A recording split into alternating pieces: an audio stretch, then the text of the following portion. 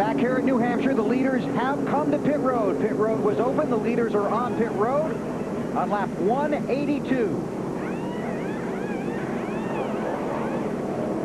Marty. Well, Jeff Gordon said this car is still too loose coming in and too tight coming off the corners. They go up on the track mark, make a wet adjustment as well. Alan? Going to be a 4-tire stop for Tony Stewart. Making a 2-tire stop just right. It's a late call. They're going to send him back out.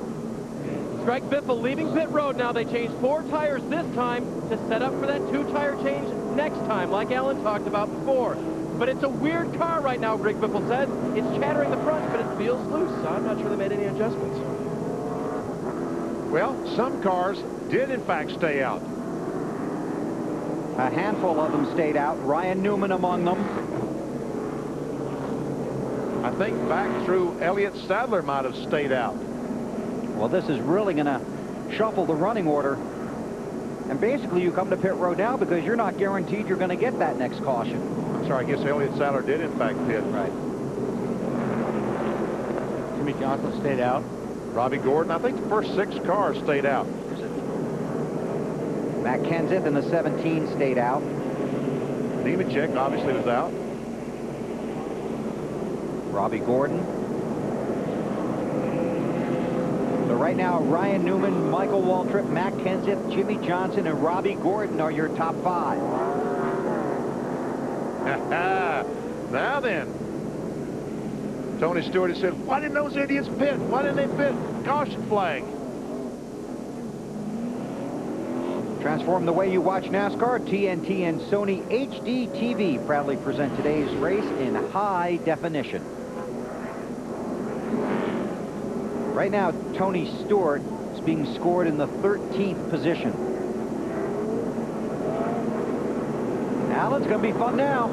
Yeah, here's the thinking down here, Bill. Even the guys who just stopped can't go to the finish on the fuel they have on board. So everyone's going to have to pit one more time. You'll spend less time on pit road if you've got more fuel. We'll see. This is going to be very interesting. And Tony Stewart, once he stopped, it looks like he would have changed 4 and gave him the option of changing 2 or 4 the next time, but he only changed 2, so he's got to change 4 the next time, you would think.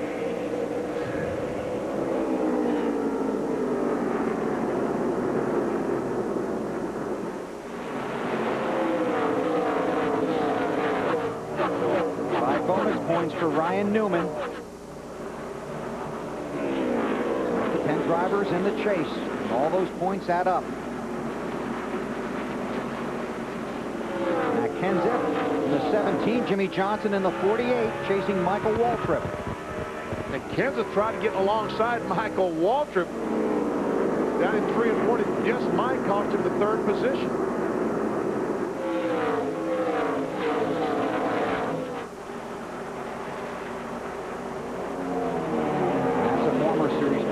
Johnson in the 48 has finished 2nd in the standings the last 2 years.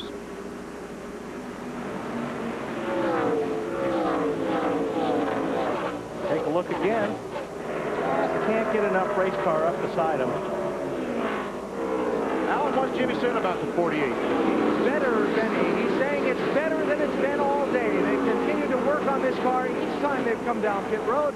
Right now, Jimmy trying to hang on to all the track position he can as we start to head toward the final stages of this one.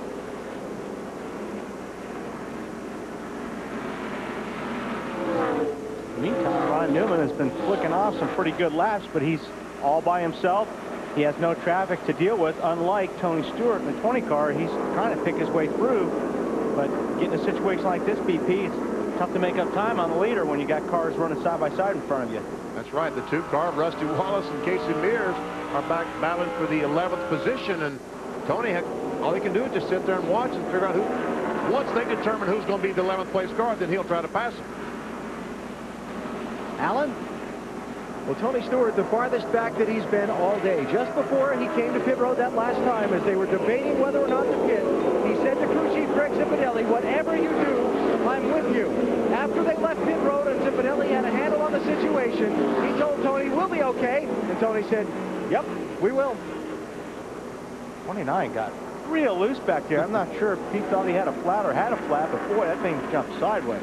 I think the 18 car about spun out in front of him, and someone might have gotten the back of 29, or he might have jumped on the brakes to avoid the crash he thought was going to happen. That didn't happen. Tony Stewart's going to make it 3 wide at New Hampshire. And Rusty gave him the signal out the door. Go ahead, I'll give you that spot, which he did, and he was able to get by both of them. I'm not sure that was a signal of go by. I think that was a signal of what are you doing? He's passing you. That's what he's doing. Stewart has led 143 of 188 laps. Second spot, Kansas goes by Michael Waltrip. Jimmy Johnson's going to make the same move. Take over third. So Kenseth from 27th to second. Quite a comeback on that 17 car's part today.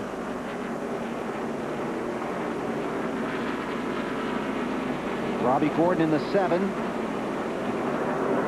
Again, these cars did not stop under that recent caution.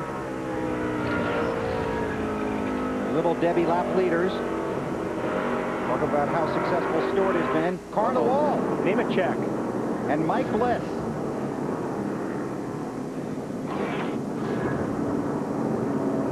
And the caution is out once again. Oh, wow. Robbie Gordon. With a hard hit.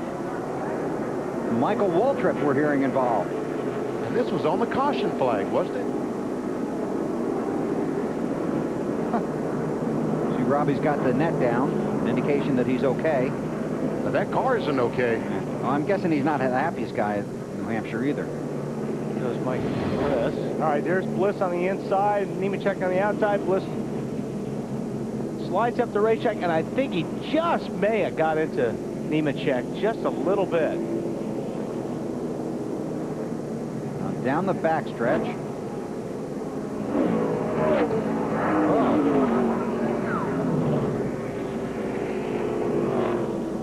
Like Michael turned the 7 car into the outside wall.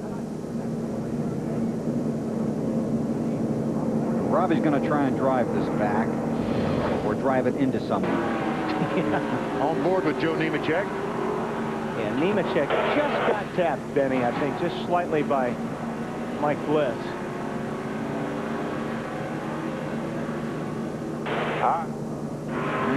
On the back of the 15. For the 7, but we'll see how that works.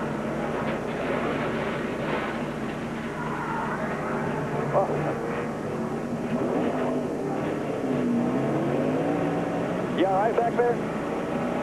Yeah, I'm fine. Robbie got it to the middle of the track. That's convenient. Now the helmet's off.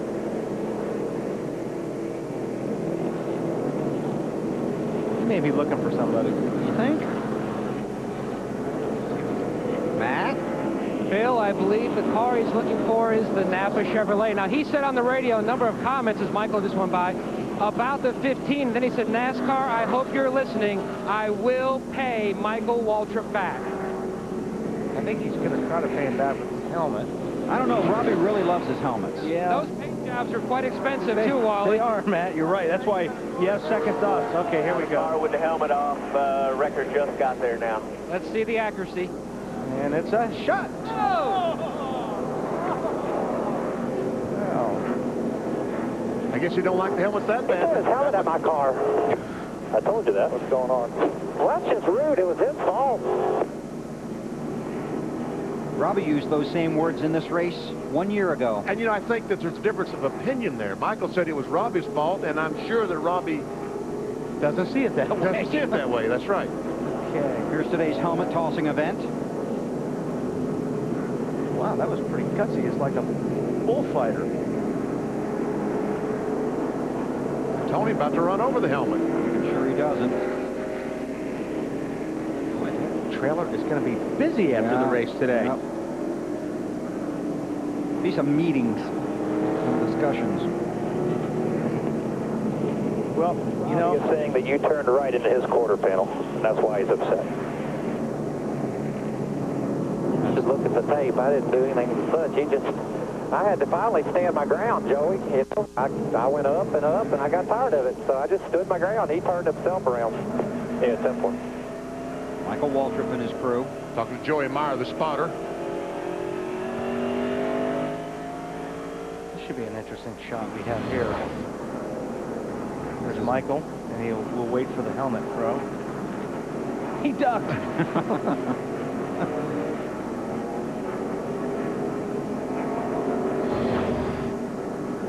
And guess what, Wally? Is there an invitation out to Robbie Gordon by NASCAR? To come visit after the race. Take a number. Do not bring the helmet.